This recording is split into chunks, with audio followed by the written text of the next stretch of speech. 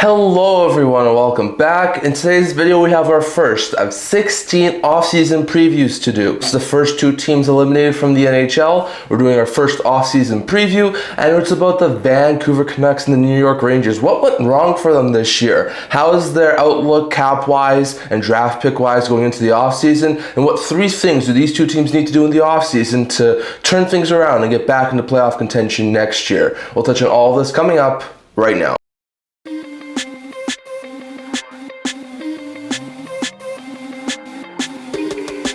Hello everyone, welcome back to another video here at the End-to-End Hockey channel. Now before we get into this video, do not forget to like this video and subscribe down below. Thank you for all of your support. I would never be able to with all of you guys. So if you haven't already, don't forget to subscribe button down below. Don't forget to leave a comment. We're on the road to 1,000 subscribers and try to hit 650 in the next couple of weeks. So if you can, leave a subscribe. It really does help with the channel. And on top of that, don't forget to stay tuned for more videos coming in the very near future. I also have set up a Buy Me a Coffee page. I'll leave a link to it in the description below. It's just another way for you guys to help support the channel. So if you can and within your means, go over to there. I suggest you make a donation. It really does help with the channel. And on top of that, don't forget to stay tuned for my live streams in April and May. I'm going to be doing some game live streams for a couple of playoff games. Not going to be everyday things, it's just probably going to be every other day, probably something like 2 or 3 times a week. But I want to try and get into some more game streams, do something I've never done before. So if you can, stay tuned. In mid-April, I will definitely have a schedule announced once the playoffs are announced. So don't forget to stay tuned for that. But in today's video, we do have our first off-season preview video of the year. So once teams get eliminated, I'm going to start doing off-season previews for them, with the Canucks and the Rangers being the two first teams eliminated. There are two teams we're going to start with here. Definitely different than the last couple of years when it was the Hawks and the Sharks that were the first two eliminated. So it's at least a little bit nice to get a little bit of change in the first off-season preview video of the season. So we're going to start off here with the Vancouver Canucks, who were eliminated last Sunday. Now these stats I want to give you guys are as of March 24th, so a couple days ago. So we're going to first break down how they did this past season. So at this current point in time, the Vancouver Canucks are dead last in the NHL by quite a wide margin. They have a 21-40-8 record with 50 points with 13 games remaining when I was looking at the stats. So once again, not great. There's a very likely chance they don't even hit 60 points this year. So the Canucks have had an abysmal season. Goal scoring wise, they have 174 goals for per game. That puts them 31st in the entire NHL. And they have 255 goals against per game. That puts them 32nd in the NHL. So they're basically dead last in both the goal scoring and the goals against categories. Power play wise, not terrible, definitely not as bad as some of the other stats. They have an 18.7 power play percentage, which is 21st in the NHL, so it's not in the top half of the NHL, but it's respectable. It's around average. But their penalty kill is another atrocious part of their team. 71.5% on the penalty kill, dead last in the entire NHL. So all in all, goals against wise, dead last. PK wise, dead last. Second to last in the goal scoring department. Only real good stat that they've had this year is the power play, so very interesting note there. When you look at their goal scoring and point scoring leaders, goal scoring wise, when I was looking at the stats, Kiefer Sherwood was still the team's leader, and he hasn't been on the Vancouver Canucks the past 2 months. At the current point when I was doing the stats, Sherwood led the team with 17 goals, followed by Boeser and O'Connor, who have 16, and Elias Pettersson, who has 15. Now, I think since I did that video, Boeser has tied Sherwood for the top spots on the team in goal scoring, but that's just crazy to me that Sherwood was still leading the team in goal scoring. Points-wise, Elias Pettersson wound up having 41 points. That's the team leader, with Ronick having 39 and Boeser having 36. There's a very likely chance they don't even have a 50-point player at the NHL level at the end of the season. And maybe Pettersson or Ronick could potentially hit it, but still, like, that's terrible. Even bad teams usually have like 1 or 2 60 to 70 point players. Like the Canucks are on a whole nother level of bad at this point in time. So very interesting note there. The 3 reasons I think this team missed the playoffs was, first, the horrendous defense coupled with the Demko injury. Now going into this season, this Canucks team had a lot of high hopes. They thought they would be a playoff contender. I thought they would be a playoff contender. But defensively, this team has been atrocious all season long. Lankinen has not been overly good. And once again, Demko has suffered a whole bunch of injuries. I think he only started like, what, 40-ish games?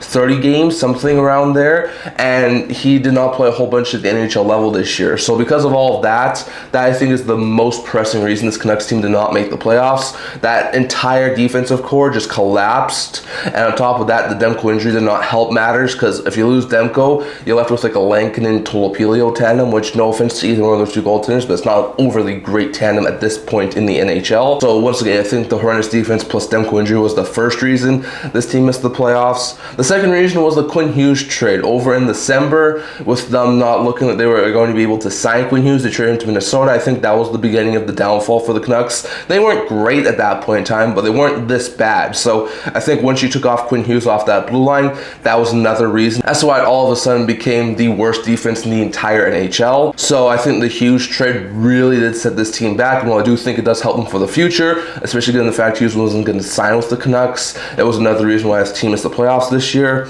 And the third was no scoring. As you can see, the Canucks' current scoring leader is the guy who they traded 2 months ago. So with that in mind, like, their scoring has been non-existent. Usually, even bad teams have like a 25 to 30 goal score, maybe 2-3 guys who hit 20 plus goals. The Canucks don't even have one singular guy. Now, there's a very good chance by season's end, like a Besser or an Elias Pettersson could hit 20 goals. I don't think that's out of the realm of possibility, but still, like, that is crazy how badly this team's been able to score goals. So all in all, I think those are 3 main reasons this team wound up missing the playoffs. I think the horrendous defense plus the Demko injury, the Quinn Hughes trade, and not getting enough scoring were the 3 main reasons, in my opinion, why the Canucks team wound up flopping instead of being a cup contender. So very interesting note there. They have a projected $23.24 million in cap space, having a cap hit of about $80.76 million, which isn't overly good for a team who's trying to do some sort of a rebuild. When you look over to their UFAs and RFAs, the UFAs, you have Evander Kane, Teddy Bluger, Curtis Douglas, Derek Forbert, Guillaume Brisebois, and Yuri Patera. And RFA-wise, you have Aman, Stillman, Klimovich, Pierre-Olivier Joseph, and Jack Thompson. So if you look at their UFA side, Kane, 29 points in 66 games playing with his hometown Canucks, but it seems like that's going to be turning into a UFA in the offseason. It does look like he's going to be brought back by Vancouver. Bluger has 11 points in 22 games and is a really solid fourth-line center that the Canucks really want to bring back, and it seems like Bluger will be open to doing so. So he might be brought back. I don't think Forbert's going to be brought back. Probably not Brisebois either. I could see him potentially bring back Patera on a short-term deal, but I don't think it's a guarantee. Curtis Douglas they acquired off of waivers at the deadline, so maybe they try and sign him to like a short-term deal. He wouldn't be an overly expensive ad, so I think they'll try and keep Bluger, maybe Douglas and Patera, but I think the other guys are all probably gone, so very interesting note there. When it comes to the RFA side, I think Pierre-Olivier Joseph will probably not get qualified. He's been a decent guy, but I'm not sure if the Canucks are really going to be trying to extend him. I think they'll try and extend Jack Thompson after trading for him at the deadline. Stillman, Klimovich, Aman, I think could all get relatively small deals. They're not going to be overly expensive, so I think those guys could all stay. So I think there's probably a good chunk of the RFAs that stay on short-term cheap deals. So very interesting note there, but the Canucks don't have a terrible amount of big business when it comes to their free agents. Their current draft capital for the Vancouver Canucks for this upcoming 2026 draft is 10 draft picks. They have their own in the Wilds first, their own in the Sharks second, the Jackets third, their fourth, their fifth, and then their sixth, along with Washington and Boston's. Then they have no 7th round picks for this upcoming draft. So 10 picks isn't terrible. 5 picks in the first 3 rounds is not half bad either. And once again, they could have more before the draft actually hits. But still, 10 draft picks for a rebuilding team, not half bad. And lastly, we're going over to the 3 things I think they should look at trying to do in the offseason. So the first one I think has to be figure out which veterans they want to move. They started doing that at the trade deadline. They moved off of Tyler Myers. They moved off of Connor Garland. Moved off of a couple of their smaller pending UFAs for 6th round picks.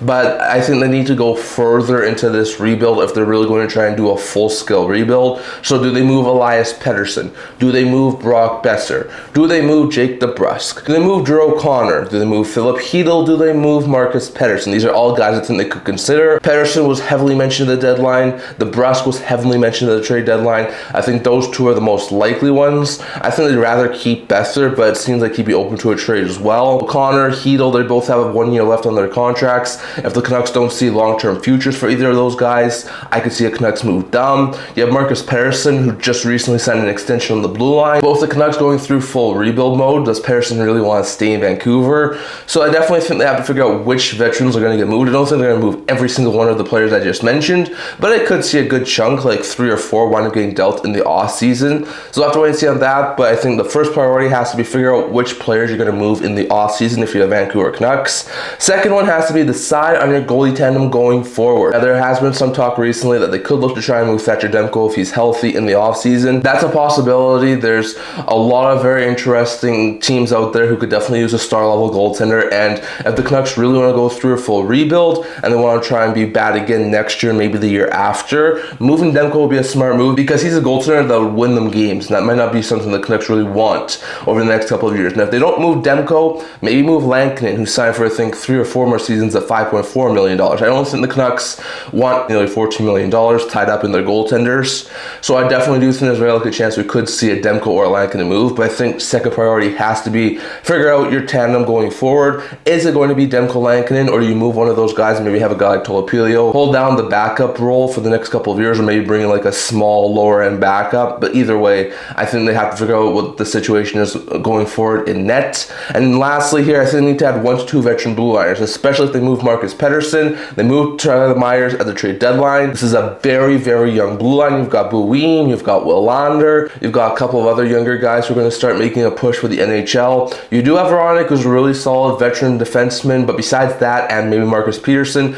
there's not a whole bunch of really solid veterans on that defensive core. So maybe add 1 to 2 veterans, maybe not big guys, maybe guys who can just play like third pair minutes, but I think adding maybe like 1 to 2 short-term veterans, maybe in free agency, like cheap deals that they can maybe move in next year's trade deadline, might be a smart move there for the Canucks. So very interesting note there. But I think the 3 biggest things the Canucks need to look at in the offseason is figuring out which veterans need to get moved, is deciding on their goaltending tandem going forward, and is adding a couple of veteran defensemen to insulate their younger guys. So definitely, that's my opinion on the Vancouver Canucks going into this offseason. Personally, I don't think they're going to be doing a whole bunch of things to be very competitive next year. I think the Canucks are very likely going to be a bad team again next year, regardless of what they do in the offseason. But still, those are my opinions on the Canucks heading towards the offseason. And lastly, we're going over to the New York Rangers. Now, when it comes to the New York Rangers, these are all the stats as of yesterday. I'm recording this on Thursday, so as of Wednesday, March 25th. So the Rangers currently have a record of 28, 35, and 9 for 65 points with 10 games remaining, which isn't overly good. It's dead last in the Eastern Conference by quite a bit, so not great news there. The Rangers, goal scoring wise, have 199 goals, which goals for per game wise is 26. It's not terrible. It's on the bottom quarter of the league, but it's not atrocious. And then goals against wise, they have 229 goals against per game wise. That is 24th in the NHL. Once again, not great news there for the Rangers. That's in the bottom half of the league. Power play wise, their power play's actually been quite good for where they are in the standings. It's not been half bad. They have a 24.3 power play percentage, which is 6th in the entire NHL. And penalty kill wise, once again, for a team who is dead last in the Eastern Conference, it's not been terrible. They have a 78.1% penalty kill, which is tied for 20th worst in the NHL. So once again, still in the bottom half of the league, but it's not like 31st or 32nd or 30th. So once again, power play is actually done quite good, and while their goal scoring, goals against, and penalty kill stats haven't been great, they haven't been some of the worst in the league. Like, none of them are bottom 5 in the entire NHL. So very interesting note there. Definitely some things to work on though, because those are not numbers that are going to get the team into the playoffs. Going over to their point and goal scoring leaders. So when it comes to the goal scoring side, Zibanejad leads the team with 32 goals. With 10 games left, there's a very good chance he could hit over 35 goals. Lafreniere second on the team with 21 goals, and then Panarin, who had 19 before he got traded to Los Angeles, is technically still third on the team in goal scoring. The actual third on the team in goal scoring who's still on the team is Will Cooley, who has 16. So the Rangers, if they get lucky, could have like 3 or 4 20 goal scorers by the end of the season, which isn't half bad, especially comparing to the Canucks. When it comes to their point scoring leaders, Zibanejad still leads the team. He's got 69 points, could hit 75, maybe close to 80 by the end of the regular season. So Zibanejad's having himself a pretty good season on a bad Rangers team. Panarin, who was traded to Los Angeles in February, has 57 points. He would technically be still second on the team in point scoring. And then Lafreniere, third on the team, or second actually on the team in goal scoring with 50. And then Trocheck's at 48 in points. So once again, not terrible. Compared to the Canucks, they already have 2 50-plus point scorers. And there's a very good chance you could have 1 or 2 more, depending on how some of the other guys go to finish out the season. But still, like, once again, not terrible, and probably not the worst you're going to see in these offseason preview videos, but it could be better. So very interesting note there. Now going over to the 3 reasons I think the New York Rangers missed the playoffs. The first one has to be their abysmal record on home ice. The New York Rangers, to start the season, could not buy themselves a win on their home ice. It took them forever to find a win on home ice, and they have not gone very much better as the season's gone on. They have a record of 9, 18, and 7. They are only the second team in the NHL who does not have double-digit wins on home ice, and that's along with the Vancouver Canucks, who are historically bad. So all in all, not great news there for the Rangers. Like, that home ice advantage has not worked out for them this year. It has been abysmal. I think they only have 3 or 4 regulation wins on home ice this year. So yeah, that is the first reason. Not winning on home ice, not being able to win on home ice has been a big reason as to why the Rangers are where they are right now. I think is the first reason this team missed the playoffs. The second one is the Shesterkin and Fox injuries. I think it was in January or December. The Rangers were still hovering close to a playoff spot, or just a couple points out. They're around 500. They lost both those guys for, I think it was 3-4 weeks, maybe closer to a month, and it really derailed the Rangers season. They lost both those guys, and I think a couple weeks after that they traded Pettersson, which then took away some of their offensive touch. So I think losing 2 of their best players, but on top of that, 2 of their key pieces defensively. Shesterkin is one of the best goalies in the NHL, and Fox, arguably a top 10 defenseman in the NHL. So all in all, yeah, your defense is going to take a really, really big hit if 2 of your best defensive players go down. So I think the injuries to Shesterkin and Fox, not having them for a full season, really did hurt that Rangers team. And the third reason I think they missed the playoffs was because their bottom 6 just wasn't good enough. That bottom 6 was terrible. We saw some of their point scorers and goal scorers. They're really good because their top 6 has been producing pretty dang well. Perreault, since he's been added, Lafreniere, Trocheck, Zibanejad, JT Miller, before he got traded, Artemi Panarin. Those guys were all doing good, but their bottom 6, their support cast, they were not doing anything this year, and I think that's another huge reason. They might be in the top half of the scoring if they could get some more scoring from their bottom 6. So very interesting note there, but I think the 3 reasons this team missed the playoffs was the atrocious home record,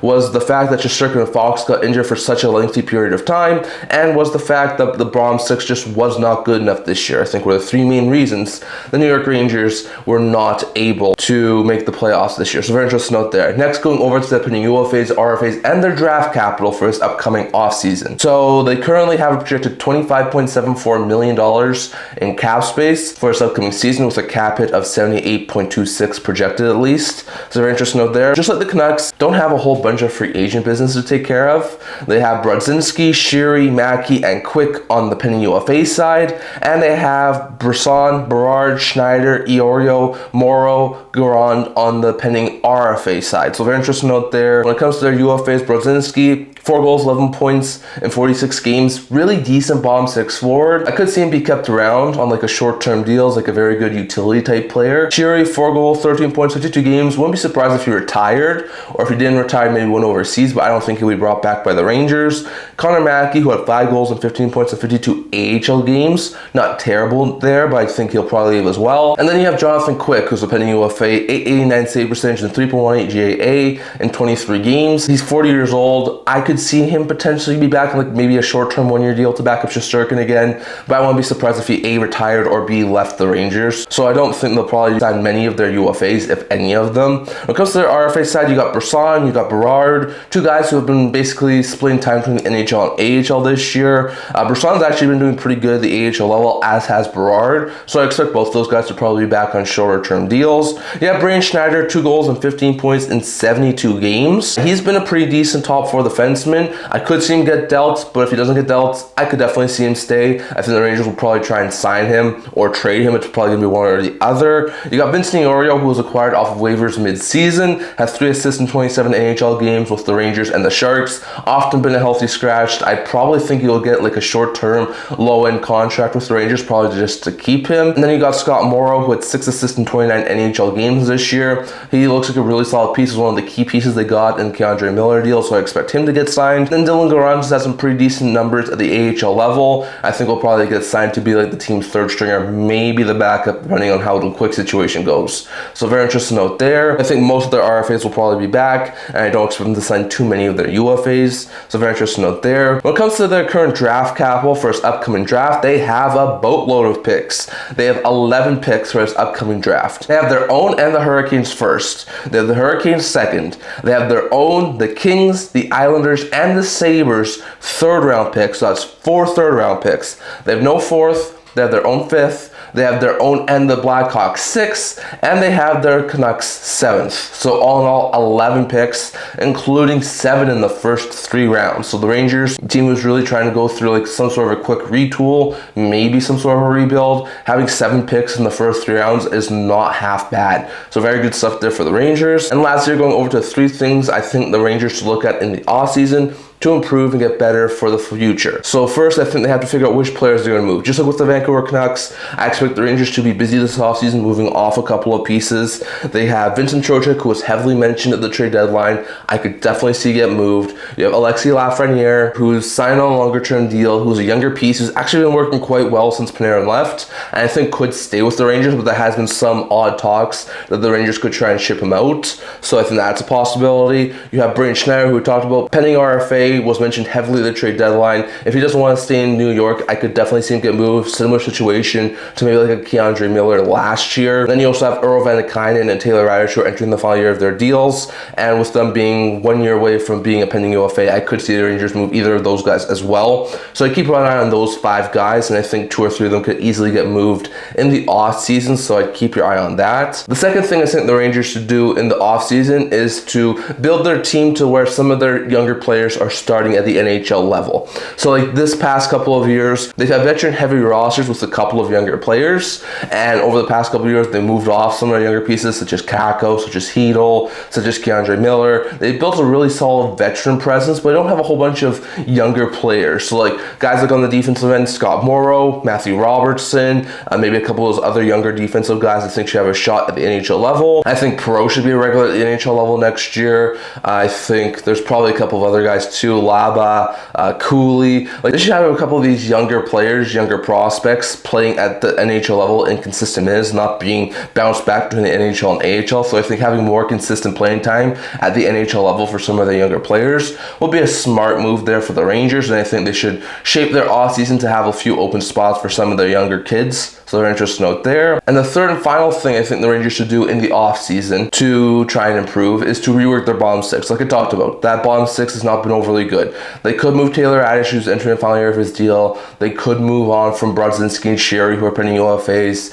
And I think they'll probably try and rework that bottom 6. I could see them try and sign maybe 1 or 2 bottom 6 forwards, maybe try and trade for a couple, maybe try and have some of the younger players play in the bottom 6. I don't know exactly what they're going to do, but something has to happen to rework that bottom 6 because it was not working this year. So in my opinion, the 3 things that Rangers should do in the offseason to improve is to figure out which players they should move, whether that's Trocheck, Schneider, Radish, etc. Is to try and have some open spots on the roster for next season so some of the younger guys can take those spots, and try and rework that bottom 6, try and have it be a little more impactful and producing a little bit more in next year's season. So that's my opinion on the New York Rangers. I think with their recent letter at the trade deadline that they gave to their fans saying that they're going to go through a retool, I could see them be a bit better than they were this year, maybe hit like between 75 and 80 points, but I don't expect them to be a playoff team next year, especially if they moved off a guy like Vincent Trocheck. I think they're going to go through a quick retool, but I think that will mean that they're probably going to be bad again next year. So personally, I don't think that the Rangers or Canucks will be a good team again next year, but I do think that these 2 teams could start for the Rangers quick retool and for the Canucks long rebuild